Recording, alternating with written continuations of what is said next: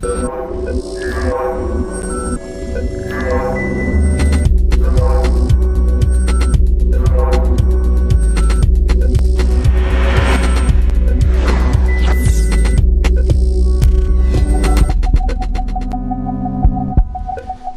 están? Buenas noches. Estamos dando inicio a Pulso Político por TVU, programa de este lunes 22 de abril, para conversar de dos temas: el cambio de mando en la Intendencia, ya ha tenido sus primeros días en el cargo Sergio Yacamán, y más adelante de la crisis que hay en el Ministerio Público, con los fiscales ahí entrampados en un conflicto mayor en la región de O'Higgins. Saludamos a quienes nos acompañan en nuestro panel. Está con nosotros Félix González, diputado ecologista. ¿Cómo le va, Félix? Bienvenido.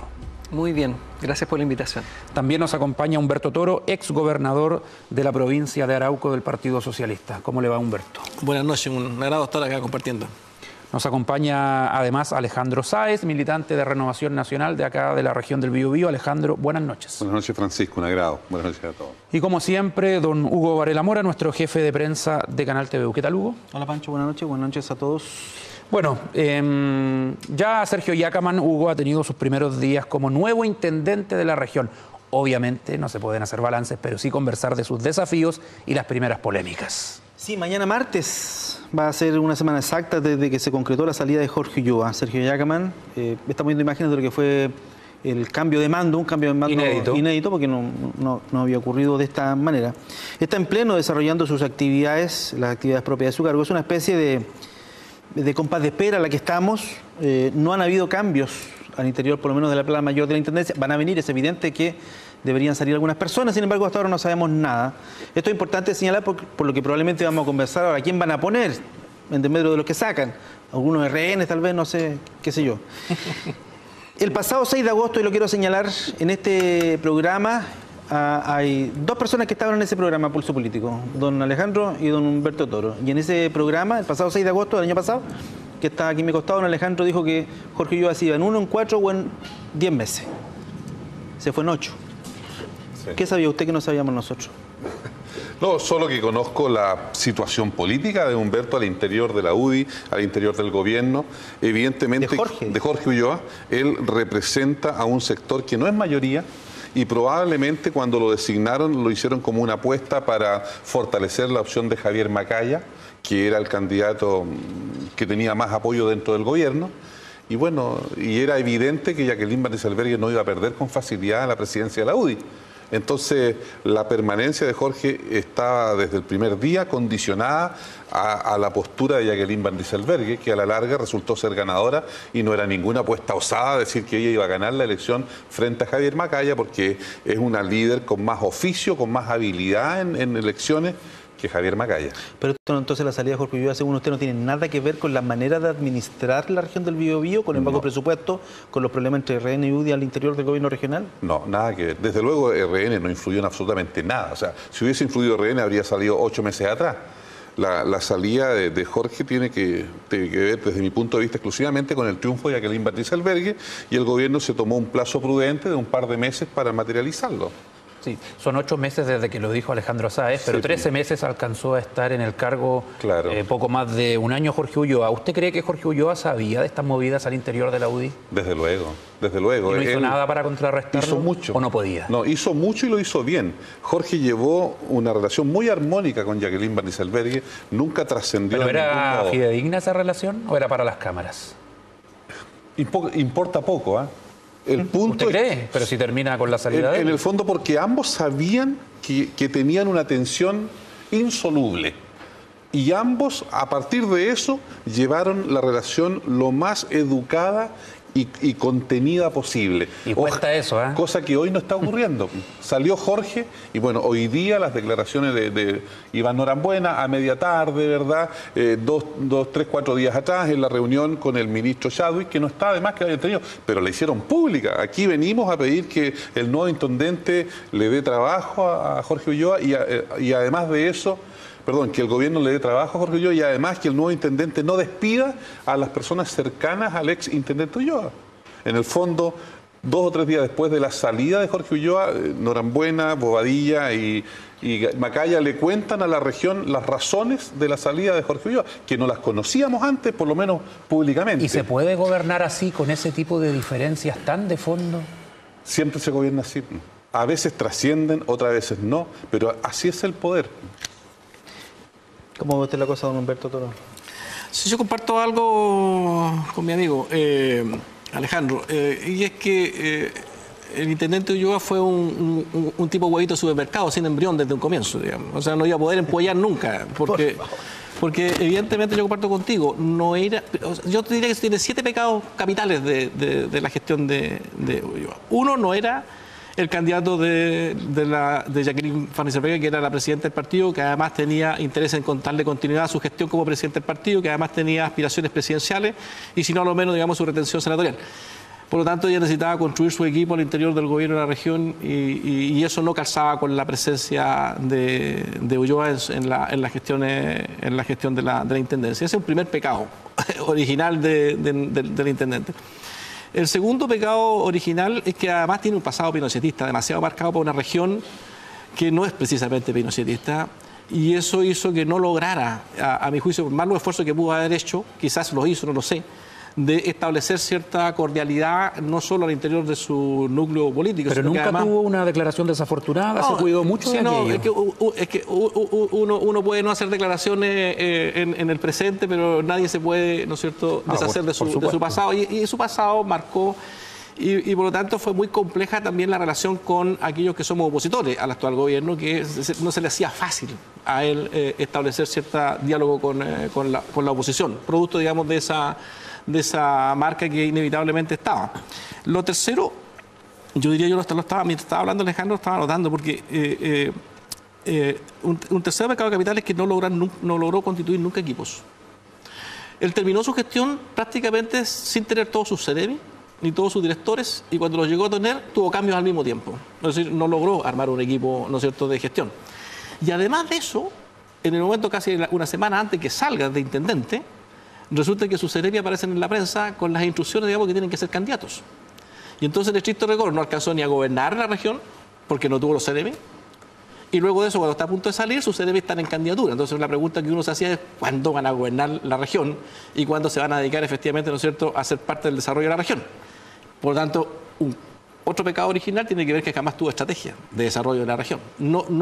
Y si la tuvo, y si tuvo intenciones, como tú lo señalas, no pudo realizarlo, porque no tuvo ni programa, ni tuvo los equipos, ni logró establecer relaciones con la oposición, ni al interior de su propio partido tenía también la adhesión. Entonces era un intendente, como yo digo, era un huevo sin embrión. Era muy difícil que pudiera empollar un desarrollo en la región y pudiera empollar también una administración, digamos, desde el punto de vista de su gestión. Y por otro lado, sus propios errores, como tú bien lo señalas. Los errores que tuvo respecto, digamos, a cómo implementar la política de la región. Sus dichos, el tema, ¿no es cierto?, de lo que ocurrió para el llamado ese día respecto a los incendios, ¿no?, al estado de sitio. El llamado de atención que le hace el ministro, que, un paréntesis, inaceptable lo que hizo el ministro. Eso no se puede, corresponde. No corresponde, fue un autoritarismo exacerbado del centralismo, inaceptable para la región y por lo tanto... Pero dañó la imagen de Ulloa igual, ¿eh? No dañó la imagen en esa no dañó la imagen del intendente, lo que fue es un atentado a la descentralización y a la región y a los habitantes de esta región. Te lo digo porque la gente en redes sociales se burló y harto. No, claro, o sea, es que evidentemente... ¿De rebote le alcanza algo? No, por supuesto le alcanza, pero en realidad se burló el ministro de la ciudadanía y de la región y eso es inaceptable. ¿El presupuesto bajo también? Bueno, por eso te digo que los errores tienen que ver también con el presupuesto. Si efectivamente, pero es que ¿cómo podía discutir y pelear por un presupuesto si no tenía gobernanza al interior de su propia gestión? No tenía gobernanza ni los apoyos de su propio partido, ni la senadora de su propio partido, ni de los CEREMI de su propio partido, ni tampoco la coalición, porque en estricto rigor la coalición, el Partido de Renovación Nacional con el diputado y con Elías Romero, ¿no es cierto?, el diputado Romero, que efectivamente le daba todos los días y toda la semana al intendente. Entonces, ¿cómo podía gobernar? El diputado Romero le da a todo el mundo todo el día. No, sí, pero lo que pasa es que la sumatoria de todos esos eventos hacen de que el intendente en realidad no tenía gobernanza. Era un intendente sin gobernanza en la región. Diputado Félix González. Bueno, yo no sé, estaba pensando mientras lo escuchaba si a la gente le interesa al grueso de la gente qué sector de la UDI es el que está hoy día gobernando. Es más bien un problema que no pudiendo hacer el trabajo. Yo fui consejero regional, así que sé todo tras bambalinas, todo lo que hay que hacer en un gobierno regional, y es complejo. No solamente aprobar proyectos, sino que es que salgan adelante esos proyectos. Además de la contingencia que uno puede ver en los medios de comunicación, las protestas y eso, hay también un trabajo de planificación que hace el gobierno regional. El plan regular metropolitano, que está atrasado, debió haberse votado el 2015, estamos en el 2019. El PROT, que no avanza tampoco. Las áreas metropolitanas, que es un experimento a nivel nacional y que esta región se supone que es la punta de lanza de eso. Entonces, ¿qué es lo que ocurrió? Y a mí, la verdad, lo que más me preocupa, y creo que es lamentable lo que ocurrió, es que se desarmó la DIPLADE. Y la gente debe estar preguntándose qué es la DIPLADE, ¿para qué me sirve la DIPLADE? Es la Dirección de Planificación y es quien se hace cargo de los procesos complejos. Y eso fue desarmado con motivo de poder hacerle espacio a gente de confianza de este sector de la UDI, que llegó al gobierno regional y que desarmó ese equipo. Entonces yo entiendo, cuando llega un nuevo gobierno, que hay gente que entró políticamente y que se va políticamente, empezando por los de confianza, por supuesto, eso es obvio. También gente que entró políticamente a ciertos programas puntuales, se irá y llegarán otros. Pero cuando se empiezan a tocar los equipos técnicos, eso ya es perjudicar a la región. Son personas que llevaban 15 años con un alto nivel de especialización, que partieron, porque nadie llega sabiéndolo todo, y fueron aprendiendo todo esto. Entonces, hoy día está paralizado los procesos complejos porque tenemos una DIPLADE que está mayoritariamente con novatos y los más antiguos no pudieron hacer su trabajo también porque, para decirlo con claridad, dentro de esta administración no había un cuidado por las personas. Las personas estaban sometidas a un tratamiento de estrés muy fuerte con la administración que acaba de irse. Y yo esperaría que eso con Sergio Yacaman, a quien muchos de nosotros conocemos, fue Seremi. Te iba a preguntar eso, si el perfil que tiene Yacaman, que es muy distinto al que tenía Jorge Ulloa, que es más duro, ¿no es cierto?, más de trinchera, digamos, es funcional para lo que requiere la región del Biobío, por ejemplo, subir este famoso presupuesto de 70.000 a no sé cuánto, 100.000 por lo menos. Lamentablemente eso no tiene mucho que ver con el gobierno regional, tiene que ver con el centralismo, y independiente del intendente que tuviéramos, o intendenta, el ministro, los ministros de Hacienda, Blumel también, por su parte, fueron obtusos cuando les dijimos con números que la plata no alcanza para pagar los proyectos que están en ejecución. Inventaron una maniobra con los fondos, que iban a llegar fondos frescos de Chillán, de Ñuble, de 1.000 millones. Yo le dije a Blumen, mira, esto ya está en la ley. Y él me dice, no está en la ley. Te busco la ley. La ley que crea la región de Ñuble dice que esa plata tiene que devolverla a Ñuble, que se carga al presupuesto de Ñuble, y está sobre los 84.000 millones que ya debe o está en ejecución en la región del Biobío. Y fueron súper cerrados. Yo creo que lo sabía Jorge Ulloa muy bien. Yo recuerdo cuando llamaron a ese punto de prensa, nosotros nos corrimos porque pensamos que iba a haber un cambio efectivamente en el presupuesto regional y que venía el regalito que se iba a hacer a la región del Biobío. Y al final fueron los 10.000 millones. Yo prefiero imaginarme a Jorge Ulloa debatiendo con el ministro, me imagino que eso hizo, pero había una muralla en el Ministerio de Hacienda, una contumacia y también soberbia, porque ellos creen que saben mucho de números, pero cuando tú los pillas, hacen como que no fue. ¿Y en el gobierno regional había una muralla también en la comunicación con los parlamentarios de oposición? ¿Se los convocaba? Tuvimos una reunión bastante concurrida con los consejeros regionales, estaba Flor Weiss ahí también, y se analizó este problema. Hicimos un documento, prácticamente todos los parlamentarios, creo que no llegó la gente de la UDI, pero imagino que también estaban conscientes de que si tú tienes en ejecución 84, no pueden darte 72. Además, tienes otros comprometidos, que significa que están votados, aprobados públicamente, poco menos que cortar la cinta para empezar. No está el convenio nomás, son 28.000 más. Y 0 pesos para proyectos nuevos. Y esa situación hoy día se mantiene. Desde la votación en noviembre pasado hasta hoy día, estamos en abril, y todo este año no se ve cómo va a poder pagarse eso. Tú que has estado en el gobierno regional también, como gobernador, sabes que muchas veces pasó, cuando esto ocurría, que no llegaban los fondos, teníamos una fila de contratistas peregrinando al gobierno regional. Eso es lo que va a pasar. Pero ya no porque el gobierno no les mande la mesada, sino que va a ser porque no está en el presupuesto. Este año 2019 a Yacaman le va a tocar eso. Alejandro, bueno, hoy se está comentando mucho la polémica con el nombramiento de Sebastián Abudoj, ya como nuevo Seremi de Bienes Nacionales, ¿cierto, Hugo? Él protagonizó hace años un accidente de tránsito, la verdad es que eso salió en todos los medios. Su figura es tomada como no de la persona idónea para tener este cargo, principalmente por ese hecho. No generó consenso y se dice que fue uno de los factores de quiebre con Jorge Ulloa, de los últimos, ya que también influyen en su salida. ¿Qué significa eso? Que más allá del nombramiento de Sergio Yacaman, quien defendió la designación de Abudoj, estas peleas como de familia, donde los primos y los hermanos no se pueden ver, ¿esto va a continuar? ¿Va a ser el panorama que vamos a seguir viendo en la región del Biobío más allá de que cambió el dueño de casa? Obviamente que hay una tensión al interior de la UDI que incluso es anterior que viene de los tiempos de Eugenio Cantuaria. Sí, esta división se generó siendo Eugenio senador y en una división de Cantuarias con el sector de Ulloa y Norambuena, y que después se transportó a Jacqueline Van Rieselberghe. Y recordemos que alguna vez cuando Jorge anunció su candidatura a senador, Eugenio dijo, si él va, yo también voy. Sí. O sea, fue una... Y después hubo una candidatura donde los candidatos eran la Jacqueline y Jorge Ulloa, y también hubo un encontrón. Efectivamente, entonces... Abudoj no tiene ninguna culpa de este problema. Su nombre fue utilizado. La falta que él cometió, si la cometió, es irrelevante respecto de lo que hoy está ocurriendo con él.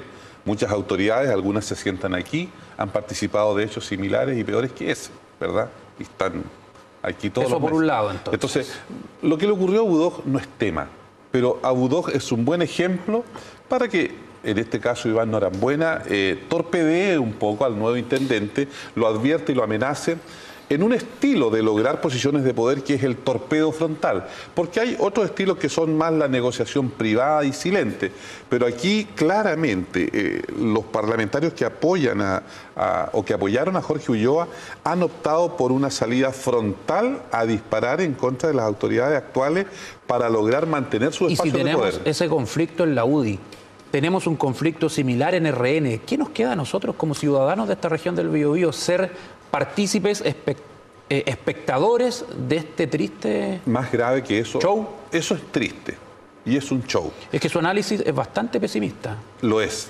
pero más grave que eso es la poca disposición que existe hoy día de los sectores opositores al gobierno a establecer acuerdos a nivel regional o a nivel nacional. La verdad es que nuestro país vive en el mundo de la política a todo nivel estas divisiones encarnizadas en que lo relevante es el poder y no el progreso de la ciudad o de la región o del país.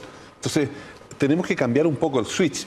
Y no se ve que cambie el switch porque los procesos son tan cortos, las remuneraciones de las autoridades son tan altas y apetitosas, que los que tienen el poder están, yo diría casi normalmente, más preocupados de mantener su cargo, porque eso les significa un ingreso mensual 10 veces superior al que podrían tener afuera, que estar preocupados de la ciudad. Lo que consume, lo que preocupa hoy a nuestras autoridades es mantener sus posiciones de poder, porque detrás de eso hay remuneraciones exageradamente altas. Sí, de igual forma, bueno, tenemos a Sergio Yacaman, obviamente todos en esta mesa imagino que le deseamos la mejor de la suerte, ¿no es cierto? Que le vaya muy bien, si le va bien a él, nos va bien a todos nosotros, lo hemos dicho varias veces en este programa, pero van a haber seguramente algunos símbolos, algunos proyectos que tendrá que tomar el señor Yacaman e impulsarlos. ¿Cuáles creen ustedes deberían ser esos símbolos? Voy a tirar uno en la mesa. El puente. Sería súper bueno que nos queda un minuto. Ojalá seamos breve. Humberto, prioridades. ¿Cuál puente? Mira, ojalá. Nosotros deseamos que le vaya bien a... Tiene que tomar un caballito de batalla, apropiarse de él. Al nuevo intendente. Lo que pasa es saber si le quedan los tiempos, porque la preocupación que uno tiene es que no hay una falta de estrategia regional, de saber exactamente para dónde vamos, cuál es la carta de navegación. Pero entonces eso es lo primero que debería abordar. Es que te lo digo, una carta de navegación, te lo digo por lo siguiente, porque resulta que una tarea central que se discute con el nuevo intendente es si va a ser candidato o no candidato a gobernador regional. Y sus enemigos se van a desplazar o se van a desplazar, digamos, para las candidaturas. Entonces, la pregunta que uno se hace, entonces, ¿quién va a dirigir esta región? Y esa es una preocupación. Es un gran desafío para el nuevo intendente, que efectivamente nos convoque a todos los actores, políticos y a la ciudadanía a discutir efectivamente cuáles son esos proyectos. Si vamos a terminar el puente, como tú muy bien dices, ¿cuál puente? ¿Y cómo vamos a terminar el puente? La obra no es lo más importante, sino efectivamente qué es lo que tenemos que hacer, porque aquí la ciudad lo que está discutiendo es el acercamiento al río, y por tanto no es la terminación solo del puente, sino qué pasa con el sector bajo, el que está el parque urbano o no parque urbano, cómo hacemos soterramientos, efectivamente nos acerquemos al río. Entonces no se trata de terminar con el puente, se trata de decir cuál es su política de desarrollo integral para la ciudad. Vamos a hacer una pausa. A la vuelta, para cerrar el tema, Hugo, le vamos a preguntar a Félix González cuál debiese ser la o las prioridades del nuevo intendente, y damos paso al segundo tema de esta noche. Volvemos.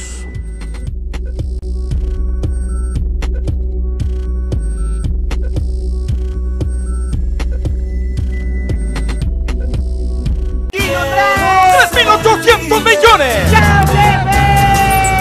La droga mata, destruye niños, jóvenes, familias y sueños. Hoy somos número 1 de América en consumo de marihuana, cocaína y pasta base. Por eso debemos combatir con fuerza el narcotráfico y prevenir que niños y jóvenes caigan en la droga. La mejor arma contra las drogas es que converses con tus hijos. Escúchalos, guíalos, infórmate del nuevo Plan Nacional Elige Vivir Sin Drogas. Ministerio del Interior y Seguridad Pública. Gobierno de Chile. Somos una universidad soñada y construida desde concepción. Y pronto cumpliremos 100 años.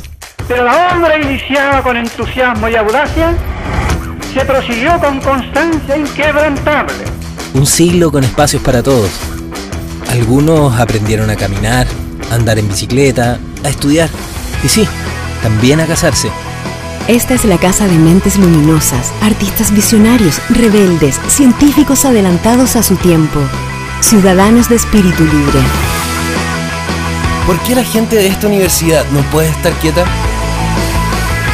Vamos a recibir juntos el próximo siglo. Somos la generación centenario. A 10 minutos del centro, en el kilómetro 1.4, camino a Penco, se encuentran las canchas del fútbol profesional del Club Deportivo Universidad de Concepción, el cual posee un sistema de base elástica o shockpad que disminuye el riesgo de lesiones. Por ello, los profesionales las prefieren. Además, se cuenta con cafetería, amplios estacionamientos, camarines completamente equipados, fácil acceso, seguridad las 24 horas, excelente iluminación, primeros auxilios y un doble sistema de drenaje que permite jugar bajo la lluvia. Reserva tu cancha en www.cdcampaniludec.cl. Campo Deportivo Campaniludec, donde entrenan los profesionales y juegas tú.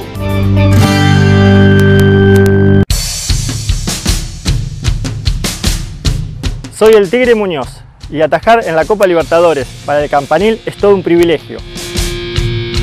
Buscamos siempre llevar a lo más alto el nombre de la ciudad y de la Universidad de Concepción. Te invito a que seas parte de esta historia. Este martes 23 de abril a las 18:15 horas en el estadio Estel Roa, la Universidad de Concepción enfrenta a Olimpia de Paraguay. Compra tus entradas en Ticket Plus y en locales habilitados. Más información en las redes sociales de Fútbol UDEC.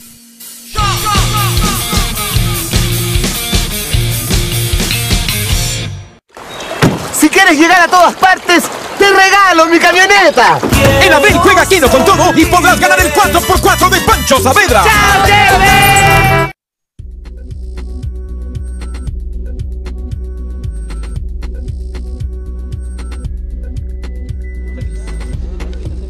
Continuamos en Pulso Político aquí en TVU.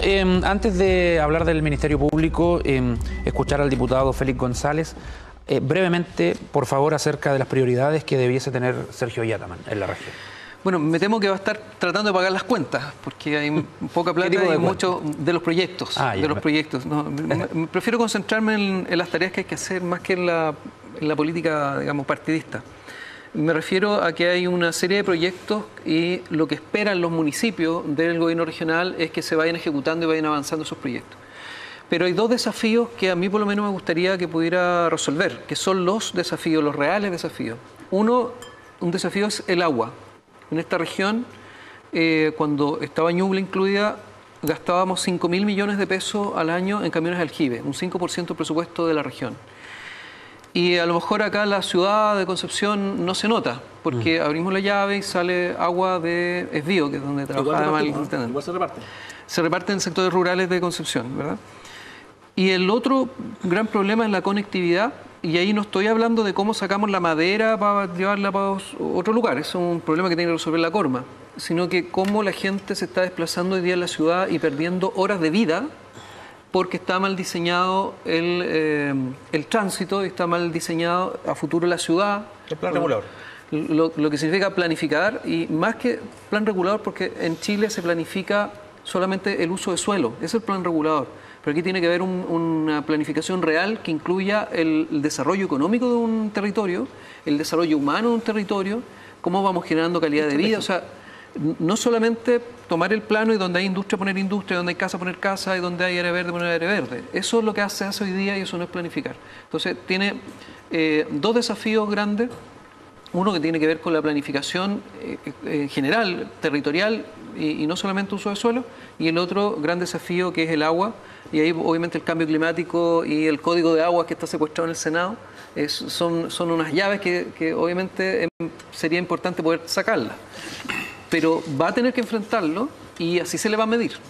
Bueno, vamos con el segundo tema de hoy, lo que está sucediendo, Hugo, en la región de O'Higgins. Esta pelea es como un combate de boxeo entre dos deportistas muy de peso, el fiscal Emiliano Arias y el fiscal Sergio Moya. Sí, vamos de inmediato a las imágenes. Ya no se salva nadie, la verdad. Este fin de semana hubo una sola noticia que opacó los 1.000 millones de pesos del obispo Durán y su separación marital. Se trata de los supuestos actos de corrupción de quien estamos viendo en pantalla. Un ex conocido nuestro, fiscal de Coronel, se recordarán los más viejos, ahí comenzó Emiliano Arias. En el Ministerio Público, Emiliano Arias, hoy fiscal regional en la región metropolitana, y los problemas que tiene ahora no son con su jefe, Jorge Abud, con quien ya tuvo bastantes problemas públicos, ¿no es cierto? Son un subordinado del señor Moya, Sergio Moya, que lo acusa de actos de corrupción y otras cosas más. Lo vamos a conversar aquí. Y le quiero preguntar a don Humberto Toro, mañana hay un consejo regional del Ministerio Público y ahí se va probablemente a resolver que alguien investigue las denuncias contra el fiscal Emiliano Arias. Y va a ser un fiscal regional. Así lo estipula la ley del Ministerio Público. Los fiscales deben investigar a los fiscales. ¿Qué cree usted? Bueno, primero escuchaba en la mañana las declaraciones del fiscal Arias, ¿no? que señalaba que me trajinen, que me revisen todo y que efectivamente, ¿no es cierto?, los fiscales, otro fiscal ojalá, decía, señalaba que llegue a trajinarme, pero absolutamente todo. Tras bambalinas, mientras estábamos esperando la segunda parte, yo decía que lo que está ocurriendo en la política en general, y esto también es política, lo que se denomina por Arturo Valenzuela, un destacado analista, que él llamaba la política brokers, ¿no?, que son los corredores de la política. Que en definitiva es como un corredor de seguro, de bolsa, etcétera. Y cuando uno empieza a observar todos los hechos que han pasado en el país, en toda la esfera de la política, en el Poder Judicial, en los partidos políticos, en las Fuerzas Armadas, en Carabineros. Es decir, cuando uno empieza a mirar que... En la Iglesia Evangélica. En la Iglesia Evangélica. Evidentemente que estamos ante una situación muy compleja, porque entonces significa que el Estado chileno en algún momento cayó a una situación de falta de ética y falta de moral. Algo que decía Patricio Aylwin en 1994, siendo presidente. Dijo, la gran preocupación que tengo es que estamos entrando a caminos donde la moral y la ética está hoy día en evidente despeñadero. Lo decía en 1994, siendo presidente de la República. Y cuando lo dice el presidente Aylwin, que le dio la gobernanza al país, alguna razón o alguna preocupación o algún elemento ya tenía como para esta preocupación. Entonces, más de lo que le está pasando al fiscal Arias, la gran pregunta es, ¿qué nos está pasando como sociedad chilena? ¿Quién se hizo cargo de la política? ¿Quién se hizo cargo del Estado? ¿Quién se hizo cargo de las instituciones? ¿Cuáles son los actores que llegaron para tomar decisiones respecto, digamos, a cómo conducir determinadas instituciones? ¿Quiénes llegan? ¿Cómo llegaron? ¿Quién los puso? Entonces uno empieza a decir que prácticamente tanto en la política como en las Fuerzas Armadas, todos llegaron por algún tipo de razón que no fue en estricto rigor, ¿no es cierto?, sus propios méritos, sino que en definitiva hubieron corredores, ¿no es cierto?, de la política o corredores de la institución o corredores de poder que empezaron a instalar en este Estado chileno ciertos actores, digamos, para algún tipo de beneficio o algún tipo, ¿no es cierto?, de dádiva o algún tipo, ¿no?, de consecución de objetivos que no son los objetivos de la sociedad chilena, los objetivos del Estado.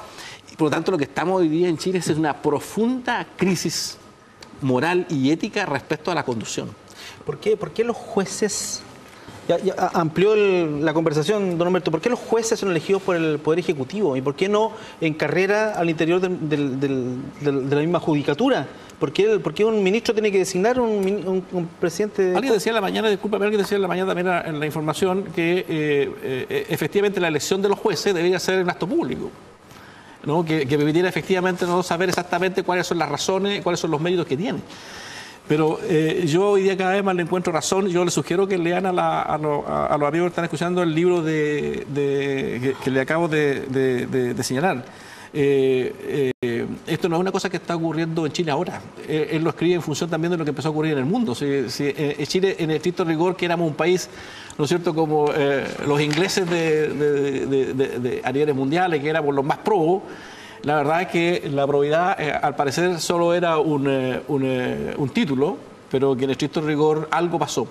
Y yo entiendo que lo que pasó fueron estos corredores. Hoy día existen corredores de poder que instalan en el poder a aquellos en función de sus propios intereses, en el mundo empresarial, en el mundo de la política, en el mundo de las Fuerzas Armadas, en el mundo de la justicia. En estricto rigor, lo que se requiere, por tanto, es una profunda transformación, y esto la ciudadanía lo más probable es que va a tener que asumirlo como siendo parte, digamos, de hacer estas modificaciones, estos cambios profundos y urgentes. Bueno, fue muy cuestionada, diputado, fue muy cuestionada la designación de fiscal Abbott, que también fue elegida en el Congreso, ¿no es cierto?, aparentemente en conversaciones, porque eso es política. Reuniones previas. Eso se conversa, se negocia. Entonces, ¿tiene algún sentido eso, digamos? ¿Por qué no cambian eso? No digo que usted lo tenga que cambiar, pero usted representa un poder del Estado. Soy parte de los responsables de buscar las fórmulas correctas para que esto no pase o sea más difícil que ocurra, ¿eh? Pero, por ejemplo, si dentro del Poder Judicial se eligieran a sí mismos, de hecho lo hacen en algunas esferas, sí, claro, y no hubiera otro poder del Estado que interviniera en eso, sería peor. Sería una máquina que se autorreproduce, ¿eh?, en el mismo lugar. Sería un poco lo que le pasa al fútbol. ¿Pero y cómo lo saca de los intereses políticos en esos nombramientos? Bueno, lo que tiene que ocurrir es que haya transparencia en los procesos, pero hay cosas que son intrínsecas del ser humano, no de todos los seres humanos, pero la política y donde está el poder atrae a las personas equivocadas también. Veamos el fútbol, cómo este señor Jadwe llega a ese lugar y se enquista en ese lugar y logra ser el presidente del fútbol y hacer todo lo que hizo. ¿Habría sido un gran político, dice usted, Jadwe? Pues, probablemente se hubiera metido en la política, o acá en la misma región tenemos un caso de alguien que se presentó a senador también, y que también está hoy día preso, ¿no? Entonces, hay personas y personas, pero donde está el poder atrae mucho a personas equivocadas. Ahora, este control cruzado creo que es importante hacerlo y hacerlo sin autocensura. Nosotros desde el Frente Amplio tratamos en su momento, evaluamos, poder hacer una acusación al fiscal nacional, sí, precisamente por haber salido a hacer campaña, hablar con los senadores, y que tal vez en otro contexto hubiera sido algo un poco más inocuo, pero en el contexto es que hay acusaciones y personas procesadas de distintos partidos políticos, ¿no?, principalmente de los dos partidos políticos que han gobernado Chile desde el 90 en adelante. Entonces, en ese contexto sale el fiscal a hablar previamente con senadores y hacer una campaña. Esa es la realidad. Entonces, en la medida en que esto tiene más transparencia, podemos, por lo menos en la ciudadanía, tener la posibilidad de evaluar, ¿no?, lo que hacen también los parlamentarios que son electos. Entonces, ¿por qué este parlamentario elige a este fiscal para que no investigue? Para decirlo en simple. Entonces, yo no estoy de acuerdo con que no haya designaciones desde el Senado. Yo creo que es sano, porque la alternativa de que no sea un control cruzado es peor. Pero por otra parte, por ejemplo, nosotros, nuestras facultades fiscalizadoras, para pedir un oficio siquiera a un ministerio, nosotros tenemos toda la facultad de exigirle el oficio, pero no tiene plazo para responder. Y ese proyecto de ley está durmiendo en el Senado. Y el Senado no lo saca. ¿Pero se puede demorar 3 meses, 4 meses, 5 meses, 6 meses, 8 meses? Yo tengo oficio al ministro de Obras Públicas, que es el ministerio que menos responde, que no me lo ha respondido desde abril del año pasado. ¿Un año? Claro, entonces si vamos acumulando tarjetas amarillas, pudiéramos hacerle una acusación constitucional. Pero para eso necesito quórum, incluso quórum y parlamentarios de su gobierno. Entonces, tenemos que fortalecer las capacidades fiscalizadoras de un poder a otro poder y viceversa igual. Ahora, fortalecer a la fiscalía para que pueda tener iniciativa, por ejemplo, en materias que hoy día son de exclusividad del Servicio de Impuesto Interno.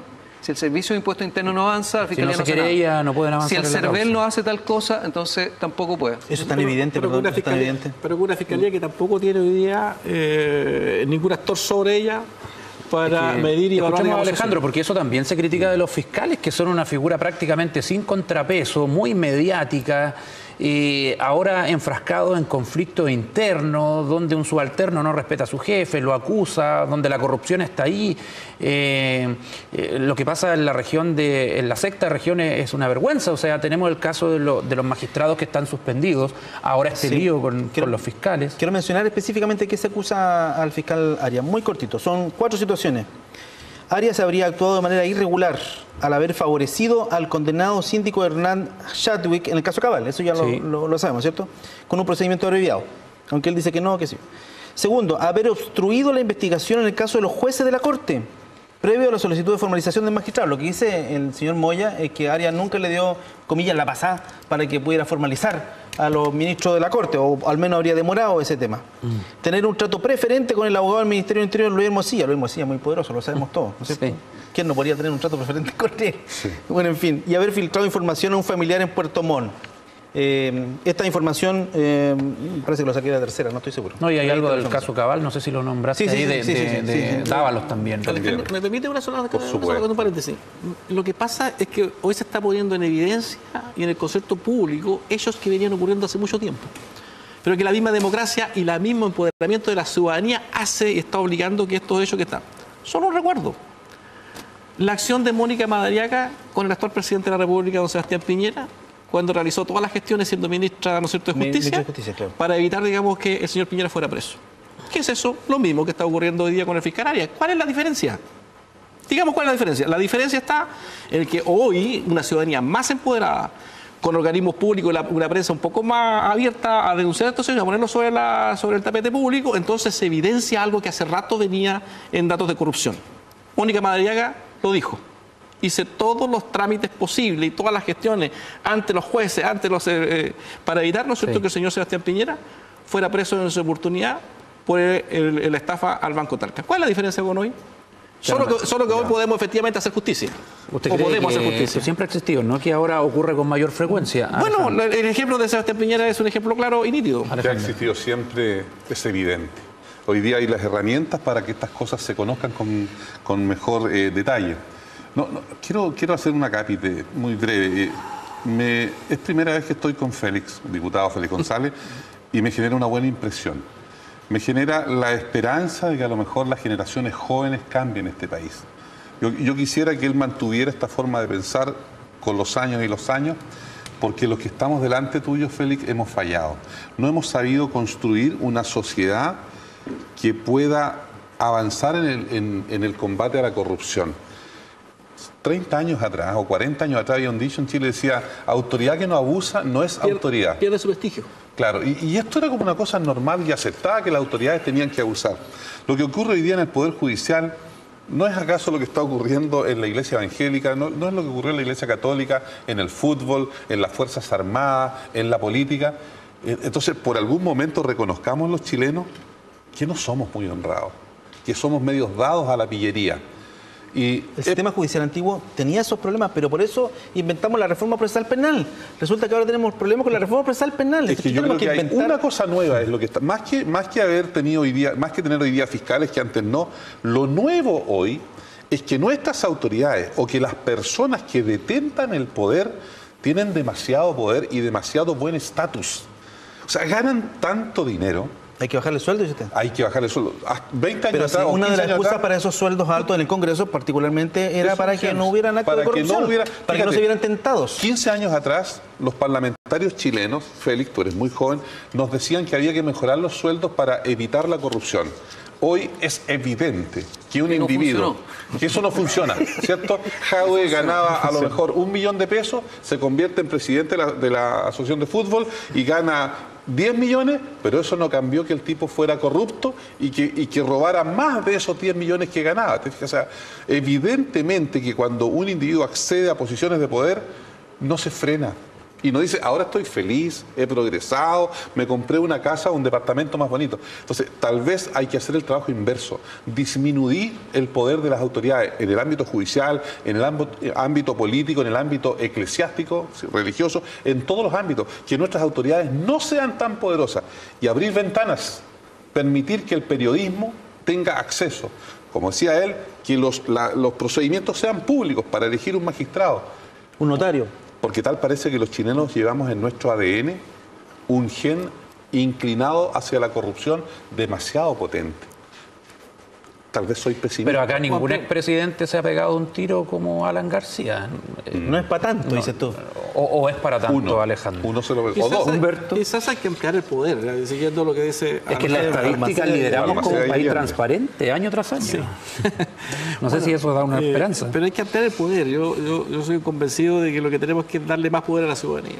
Y hay que buscar mecanismos que permitan que efectivamente la ciudadanía sea parte de ciertas decisiones. El poder de la ciudadanía es lo que nos permite conocer esto. Como los plebiscitos u otros mecanismos que efectivamente la ciudadanía permita generar no solamente participación para tomar decisiones, sino también para la vigilancia de los hechos, digamos, de quienes en un momento determinado ejercen la autoridad elegida por los propios ciudadanos. ¿Y cómo comprueba usted que la decisión de la ciudadanía sea la correcta para el país? Bueno, pero hay que buscar mecanismos. Mientras más la gente sabe lo que está pasando, más control podemos tener. En la medida que se oculta la información, el poder se vuelve mucho más complejo. No tiene una solución mágica inmediata, claro. Pero escuché o leí que ahora, como si ahora hubiera más corrupción que antes. La verdad es que ahora se están enfrentando los problemas. Claro. Se está develando lo que pasaba en el ejército, lo que pasaba en carabineros, y se pone la vara más alta. De manera de que lo que antes pasaba desapercibido, hoy día no puede pasar desapercibido, y para eso es muy importante también una prensa más libre, de la cual hay muy poca. Este canal puede ser una anomalía dentro de lo que hoy día tenemos en Chile, que es, no sé, Copesa tiene además un montón de radios, Canal 13 tiene un montón de radios. El Mercurio, lo mismo. Están todo concentrado en algunas. Si quieren hacer un cerco informativo lo pueden hacer, salvo redes sociales y salvo algunos canales, o en este caso en Concepción, una radio antigua, ¿verdad? Esta es una de las pocas regiones donde hay prensa fuerte todavía, regional. Y prensa que no está dentro de esos grupos contaminados. Exacto. Entonces, y no hablemos de las radios españolas, ¿cierto? Que llegaron de la mano de las empresas eléctricas y del agua. Exacto. Fíjate que si queremos combatir la corrupción, si observamos, hay que partir por la ciudadanía y por la prensa. Sí, yo comparto contigo el tema de la ciudadanía. Dos hechos últimos, lo de la Iglesia Católica y lo de la Iglesia Evangélica, a partir de lo que dices tú, Alejandro. O sea, los hechos que se hayan evidenciado en ambas iglesias no hubieran ocurrido si es que no se revelan los propios feligreses en la Iglesia Católica y los propios hermanos en la Iglesia Evangélica. No habría ocurrido. Es decir, lo que ocurrió anoche, ¿no es cierto? Ayer, el día de ayer, tu último fin de semana, entre los hermanos de la Iglesia Evangélica que son capaces de enfrentar a su obispo. Eso no ocurría en la Iglesia Evangélica. Era el pastor y base al obispo es alguien omnipotente, al cual no se le puede cuestionar. La ciudadanía evangélica hoy día le dijo basta, ¿no? Y a los curas, la ciudadanía, los feligreses le dijeron basta, hasta aquí. Eso genera que si efectivamente le damos más espacio a los ciudadanos para ser parte, digamos, del control social y del control del poder, a lo menos puede ser una fórmula. ¿Y por qué no la única? Penas de cárcel para los delitos de cuello y corbata, Félix? Por supuesto. Están pidiendo mucho una legislación. Hay muchos que no tienen penas de cárcel y debieran tenerlo. La colusión, por ejemplo, entre los sectores económicos es algo que en otros países está penado y acá en Chile no lo está. O terminan con clases de ética. Sí, mientras más robas, más clases. Ya, se nos acabó el tiempo el día de hoy. Interesante programa. Muchas gracias, diputado Félix González. Muchas gracias. Que le vaya bien. Humberto Toro, hasta la próxima. Hasta la próxima, gracias. Don Alejandro Sáez. Yo me quedo, porque luego en el estelar tengo un compromiso. En otro programa del canal, sale más que nosotros, ¿eh? Increíble, pero bueno. Hugo Varela, hasta el próximo lunes. Chao, nos vemos. Buenas noches. Chao. Continúen con TVU. Hasta la próxima semana.